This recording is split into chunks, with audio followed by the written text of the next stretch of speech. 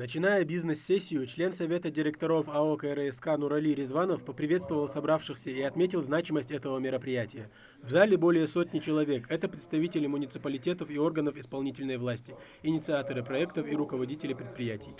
И вот сегодня мы рассмотрим несколько механизмов, которые характерны только для Северного Кавказа и, соответственно, только для Ингушской республики.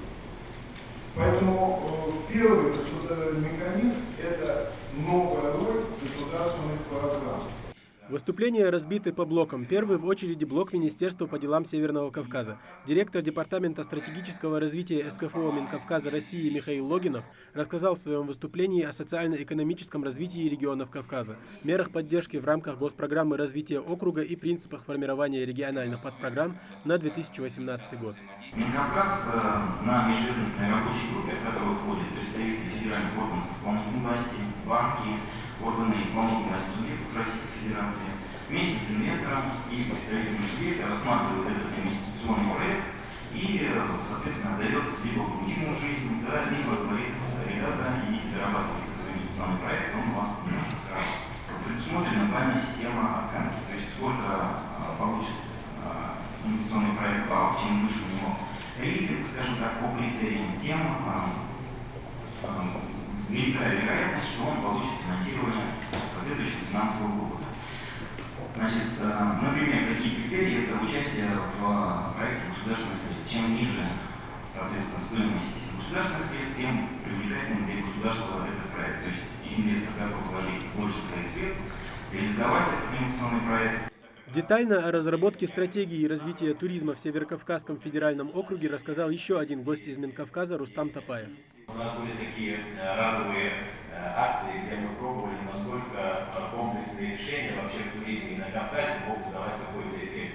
Вы, некоторые, слышали, были такие мероприятия туристические, чайный экспресс, шелковый путь, вкусная экспедиция. Мы пытались с этими мероприятиями проверить, насколько Кавказ воспринимает, насколько интересно туристам пробовать межрегиональные туристические маршруты. И вот сейчас уже, после того, как мы подвели определенный анализ после этих мероприятий, мы понимаем, что действительно как раз на Кавказе вот такая межрегиональная история сотрудничества, она как раз дает положительный результат. После выступления гостей слово взял министр экономического развития Ингушетии. В своем докладе он рассказал о работе, проведенной республикой в рамках подпрограммы «Социально-экономическое развитие Ингушетии» на 2016-2025 годы. Корпорация развития Республики Ингушетия, Министерство экономики Ингушетии совместно с корпорацией проведена работа по отбору и включению инвестиционных проектов к реализации вышеуказанной государственной программы, то есть программы, что говорили.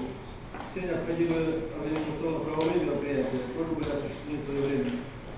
Более того, было подписано соглашение между Министерством по делам Северного Кавказа и Республикой Ингушетия, и в рамках данного соглашения республика одна из первых среди субъектов Северо-Кавказского федерального округа провела увеличение уставного капитала и дополнительную эмиссию акций корпорации развития Республики Ингушетия. Содержание блока корпорации развития Северного Кавказа вкратце озвучил генеральный директор. В ходе доклада была озвучена деятельность АО КРСК по развитию инвестиционной среды Северокавказского федерального округа. Помимо этого говорили и о содействии в улучшении условий ведения бизнеса, участии в реализации производственных и инвестиционных проектов. А после небольшого перерыва началась официальная часть. К участникам и гостям бизнес-сессии присоединились первый замминистра по делам Северного Кавказа Одес Байсултанов и глава Ингушетии Юнусбек Евкуров. Для вновь прибывших гостей модератор озвучил краткие итоги сессии.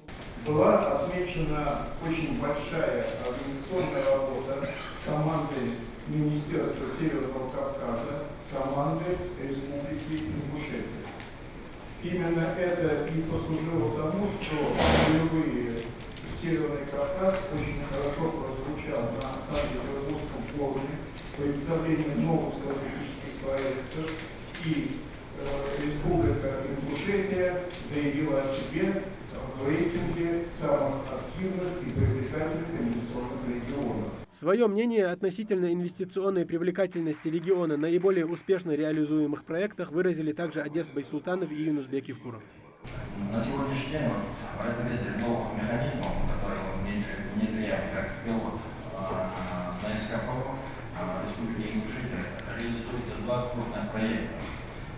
Один проект – это лесокомплекс Южный Волгоградского района республики, выращивание и вывозка и переработка мяса и индейки. Второй проект – это проект РЯ, производство алюминиевого профиля. Это вторая очередь уже запускается. Мы ездили, смотрели один из проектов, работали с опережением графика, что на самом деле радует. Значит, механизм работает, действенный и, возможно, потому что было много сомнений, будет ли реализован механизм, даст ли он свои плоды. Поэтому мы уверены, что совместными усилиями мы с вами и эти проекты, и многие другие, которые значимы для региона СКФО в целом, реализуем. Мы выглядели, по крайней мере, конкурентоспособными между другими регионами, как Северным Кавказом и Северной Российской Федерации. Большое подспорье и помощь нам оказала так называемая ситуационная ситуация, которая сложилась в нашей стране. И сегодня, так как и регионы, в состоянии сегодня создавать свою конкурентную среду и продукцию. И то, что мы раньше не задумывали делать, сегодня мы это довольно такими хорошими темпами производим и делаем, и внедряем. После завершения бизнес-сессии Одесс Байсултанов наградил дипломами Минкавказа руководителей бизнес-структур за вклад в социально-экономическое развитие СКФО. Поощрение с нашей стороны на сегодняшний день это безусловно, я думаю, конечно, это будет дополнительные финансовые вложения корпорации и иные инструменты, которые даст дополнительную поддержку. Пока начинаем просто дипломы. Глава Ингушетии также не остался в стороне и вручил грамоты за социально-экономическое развитие региона. В республике готовил документы, проекты, указы. Он просто направлен для того, чтобы оказать помощь в организации республики. Поэтому так никто заслужит это юбилейное нельзя. На сегодня 25 лет. Тебе огромное спасибо за твой вклад. Я думаю, что когда в Ингушетии появится метро, ты с этим удостоверением можешь ездить там бесплатно. После того, как мероприятие завершилось, глава региона и замминистра по делам Северного Кавказа ответили на вопросы журналистов. В частности, говорили об итогах бизнес-сессии и о том, какое влияние она окажет на развитие инвестиционной привлекательности региона. На самом деле целью, это то, что полное понимание, целей и задач, которые есть у Минкавказа, те цели и задачи, которые есть у тех бизнес-сообществ, которые существуют, те бизнес-инициативы, которые сейчас хотят реализовать регионы, но многие не понимают механизмов тех господдержек, которые на сегодняшний день существуют. Вот как раз разъяснить, чтобы люди в свободном режиме могли обменяться мнениями, получить исчерпывающую информацию о механизмах реализации тех или иных бизнес-инициатив. Основная эта задача. Ну и естественно из этого вытекает улучшение социально-экономической составляющего, имиджевая привлекательность наших регионов, ну и в целом общее развитие Северокавказского нашего федерального округа. В первую очередь это площадка, очередная площадка для любого предпринимателя, инвестора, как у нас, так и в целом в округе. И она в купе связана с инициативой, проектом в целом Министерства по делам Северного Кавказа. Это раз. А это немаловажный фактор, потому что многие инвесторы ищут такую гарантийную площадку, а так как раз гарантийная такая площадка для инвесторов. Второе, конечно, это мы делаем ревизию уже тех предпринимателей наших местных, которые могут инвестировать именно в части, касающейся по сегодняшнему форуму, это в Ингушетию, инвестировать в Ингушетию. И это тоже такое немаловажное значение для власти в целом, ну и для предпринимателей. Третья важная составляющая это второй этап будет, там, или следующий этап будет, это, конечно, интеграция бизнеса, инвестиций в регионы, чтобы на таких форумах участвовали не только представители нашего бизнеса, там, ингушского, там, к примеру, да, а чтобы были участники процесса не только Северокавказского региона, но и других регионов. Прозвучал также вопрос о приоритетных направлениях развития Ингушетии в инвестиционной привлекательности. Рабочий проект – это, конечно, агропромышленный комплекс.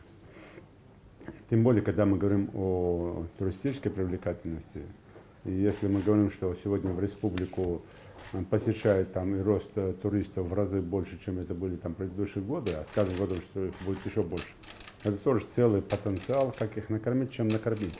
Поэтому, конечно, агропромышленный комплекс, он даст хороший результат, и он будет, наверное, постоянным, то есть бездоходным он не останется. Хотя в агропромышленном комплексе есть все-таки форс-мажор, да, природные явления и так далее, и так далее. Почему? Потому что там с учетом этого и Министерство сельского хозяйства имеет там свою процедуру там, и субсидирования, там, и поддержки.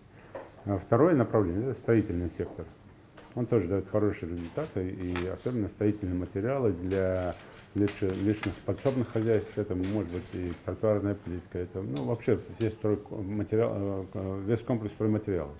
Это тоже, они сегодня уже известные проекты в республике, в том числе, где люди зарабатывают. Это не крупные проекты, это такие небольшие, малые и средние предпринимательские проекты.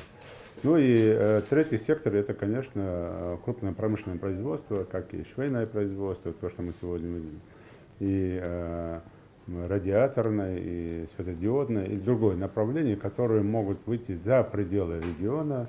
В целом можно сказать, что первая бизнес-сессия прошла на высоком уровне. Организаторы смогли ответить на все интересующие руководителей проектов вопросы и в деталях рассказать о значимости развития инвестиционного потенциала региона. В дальнейшем такие сессии будут проводиться еще чаще.